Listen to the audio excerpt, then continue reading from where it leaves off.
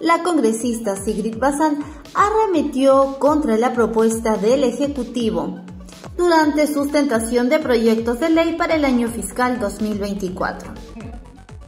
Portavoz titular del Grupo Parlamentario Cambio Democrático Juntos por el Perú, hasta por 10 minutos. Gracias, presidente, y por su intermedio saludar a todos los presentes el día de hoy. Y para intervenir también sobre los diversos temas en los que yo creo es importante hacer énfasis. No estamos en un debate entre economistas, no estamos en una mesa técnica del MEF, estamos en un debate entre no solo políticos con la palabra literalmente puesta, sino también ante representantes de diversas regiones con diversas problemáticas. Y por ello, señor presidente, me permito hacer un énfasis y un hincapié en el contexto global, pero particularmente en el contexto peruano. Y es que si bien ya tenemos una ralentización de la economía a nivel mundial, el Perú no es ajeno a la crisis y en particular cuando hablamos, por ejemplo, del crecimiento del PBI, cada año, cada mes vemos que se reajusta el crecimiento de nuestro PBI.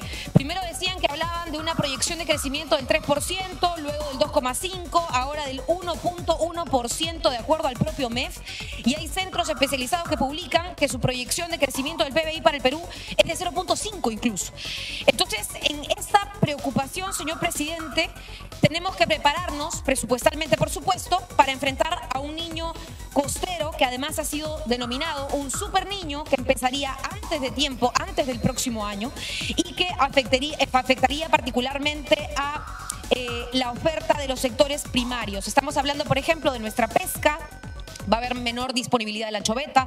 Estamos hablando del sector agropecuario por el daño a los cultivos, al ganado. Estamos hablando de afectación al transporte de carga por los insumos y por las personas que paralizarán sus operaciones, entre otros impactos a los hogares, a sus empresas, a sus familias, a sus negocios. Entonces, señor presidente, creo que esto también tiene que llevarnos a una autocrítica. Como Parlamento hemos sabido legislar, pero a veces ante la inmediatez. Y legislando ante la inmediatez es que hemos aprobado diversas exoneraciones tributarias, por ejemplo, que han afectado a la recaudación fiscal. El gobierno pasado de discutir una posibilidad de reforma tributaria y con ello se nos repite el corillo de no hay plata, no hay presupuesto, no hay recaudación, hay evasión, hay elusión, problemas que ojalá y en algún momento este Congreso aborde. Pero para pasar a temas específicos y ya saliendo del contexto, señor presidente, quisiera abordar algunos temas rápidamente. Primero, en temas de salud. Yo estoy sorprendida y no sé si todos los colegas acá han revisado el tema de salud como lo menciona la ley de presupuesto presentada por el Ejecutivo. Antes de la pandemia, antes del COVID, que fue lo que más marcó la urgencia de lo deteriorado de nuestro sector salud, nosotros estábamos asignando un 13,9% del presupuesto total. Ahorita, en estos momentos, ya hemos vivido el COVID, ya sabemos lo que es colapsar, ¿no es cierto?, nuestros hospitales. Estamos asignando o planeando asignar un 12,2%, o sea, menos en salud que antes de la pandemia. Y esto creo que es algo incomprensible, señor presidente, sabiendo la situación en la que se encuentran nuestros hospitales y lo que hemos visto además durante una pandemia que ahora algunos expertos y científicos dicen podría repetirse como una nueva cepa, con un nuevo tipo del virus.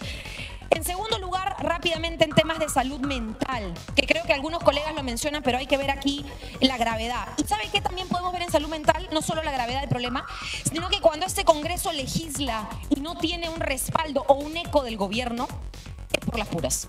O sea, no sirven leyes y presupuestalmente no se pueden ejecutar, que el Ejecutivo no trabaja, que el Ejecutivo no reglamenta o no hace cumplir. Un ejemplo rápido, la ley 29719 es esa ley contra el bullying que en algún momento dice que todas las instituciones educativas tienen que tener un psicólogo o un profesional en psicología.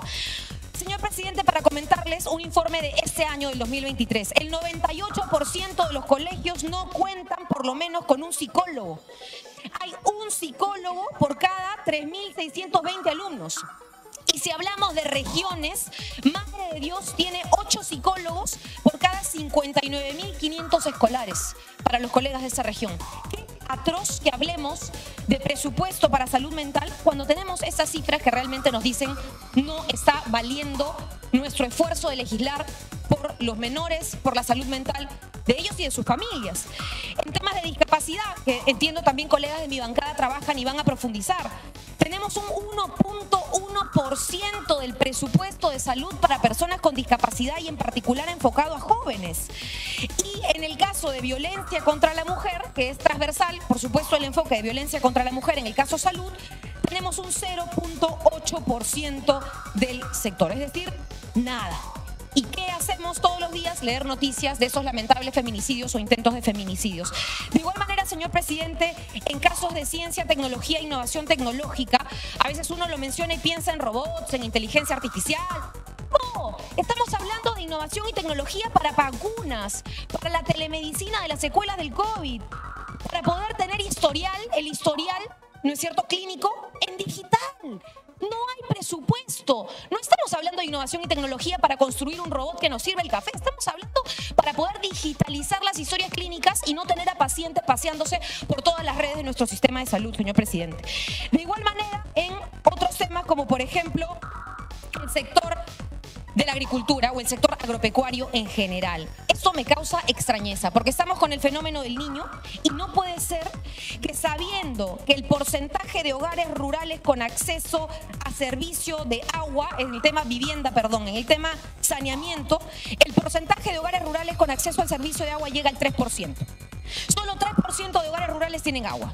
Y sabiendo esta situación, el Ejecutivo nos presenta el día de hoy un proyecto que plantea reducir el presupuesto en temas de saneamiento rural y en particular reduce la asignación del Programa Nacional de Saneamiento Rural.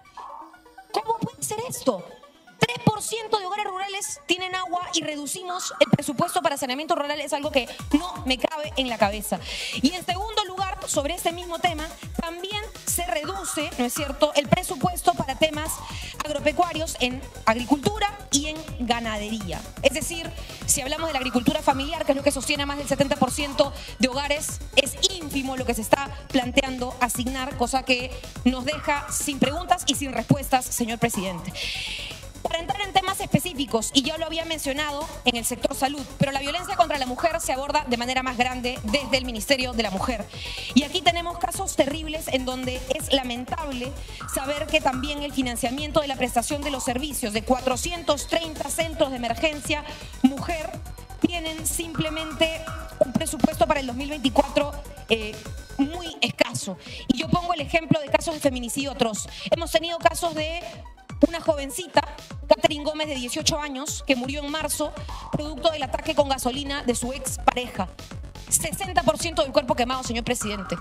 Tenemos, además, en este caso, a una ministra de la Mujer que todavía está en funciones y por su intermedio, señor presidente, a la ministra Tolentino, que dijo que las mujeres tienen que saber elegir a sus parejas. Y de esta manera presentamos un presupuesto contra la violencia para la mujer.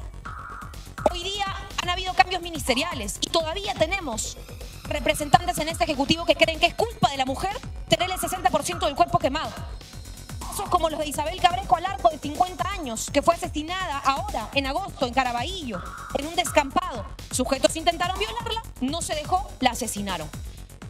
Y seguimos con un ministerio completamente ajeno, yo no sé si habrán solicitado la partida MEF, pero completamente ajeno a estas cifras y a estos casos que son reales.